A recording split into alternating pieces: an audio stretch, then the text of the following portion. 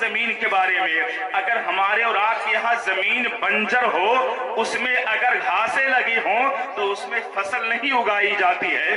فصل کے لیے زمین اچھی ہونا چاہیے، گھاس نہیں ہونا چاہیے، زمین بہتر ہو۔ اب ہندوستان کی سرزمین ایسی ہے، سید سالار مسعود غازی کا نام کون ہے؟ محمود غزنوی آپ کے ماما ہیں، آپ کے نانا حضور سبکتگین ہیں، رہنے والے غزنی کے ہیں۔ آپ کے نانا کو فکر ہے ہندوستان میں دین کیسے پھیلے، آپ کے ماموں کو فکر ہے ہندوستان جو کفرستان بنا ہوا ہے یہاں پر اسلام کی کھیتی کیسے تیار ہو۔ یہ جب فیصلہ کیا ہے سرکار غازی پاک کے نانا نے، سرکار غازی پاک کے ماموں نے فیصلہ کیا ہے، یہ دل رہ جائے یا چلا جائے، یہ جسم رہے یا چلا جائے، زمین رہے چلا جائے چلی جائے، کچھ ہو جائے، اب فیصلہ کر لیا ہے ہم کو زمین نہیں چاہیے، جائیداد نہیں چاہیے۔ اگر ہم کو ضرورت پڑی ہے، اگر چاہت ہے تو چاہت یہی ہے کہ ہندوستان کی سرزمین پر اسلام کا بول بالا ہو، جدھر نکلا جائے قانون مصطفیٰ نظر آئے۔